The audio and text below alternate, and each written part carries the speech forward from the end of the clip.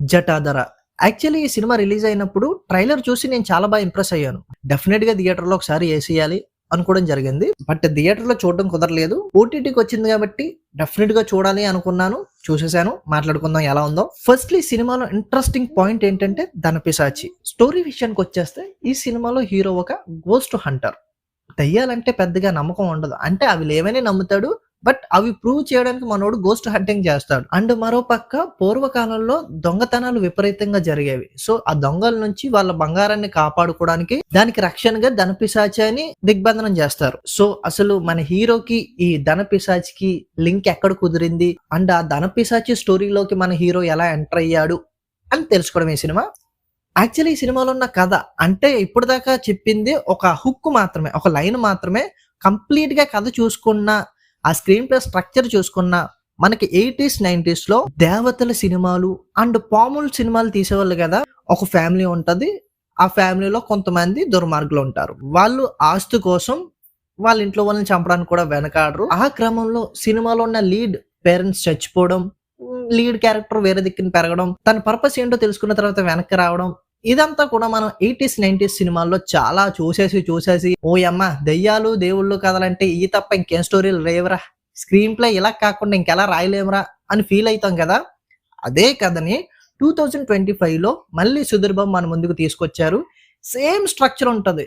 అసలు ఎంత ప్రెడిక్టబుల్ గా ఉంటదంటే సినిమా నువ్వు చెప్పేయచ్చు నెక్స్ట్ సీన్ ఏంటో.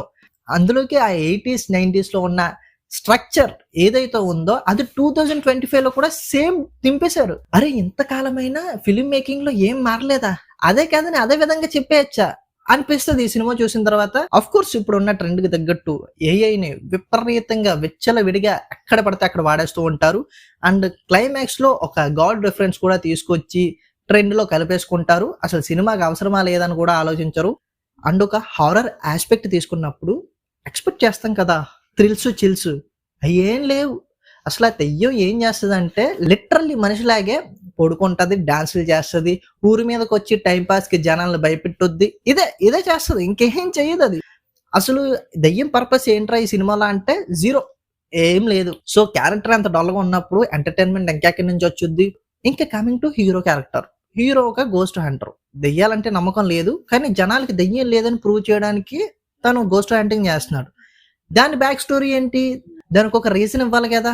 దానికోసం ఫ్లాష్ బ్యాక్ అనేది సెట్ చేస్తారు. అసలు దయ్యాలు ఇంట్రెస్ట్ లేనోడు దయ్యాలను ఎందుకు హంట్ చేస్తున్నాడా అని. అదొక పేరుకి అంతే. ఇంట్రెస్ట్ లేనోడు ఎలా చేస్తున్నాడు అని జనాలు ఎక్కడ అడుగుతారా అని వాళ్ళు ఒక ఫ్లాష్ బ్యాక్ ఏర్పరచుకున్నారు. దాంతో కనెక్ట్ అయ్యామా లేదన్నది అనవసరం. జస్ట్ ఆ ఫ్లాష్ బ్యాక్ నేసేసి ఆ క్యారెక్టర్ లాగించేస్తారు. అసలు ఇటువంటి సినిమాలో మనం హీరోని రూట్ చేయాలి. ఫర్ సపోజ్ అంజీ తీసుకోండి. క్లైమాక్స్ లో చిరంజీవి ఆ హౌస్ లోకి వెళ్ళిన తర్వాత ఆ హీరో క్యారెక్టర్ తో పాటు మనం కూడా రూట్ చేస్తాం ఆ క్యారెక్టర్ ని. బట్ ఈ సినిమాలో అలా చేయలేం. ఎందుకంటే హీరో క్యారెక్టర్ కనెక్ట్ కాదు. అండ్ హీరో పేరెంట్స్ ఒక ఎమోషన్ ఉంటుంది. ఆ ఎమోషన్ కూడా అసలు కనెక్టే కాకుండా తీసేశారు.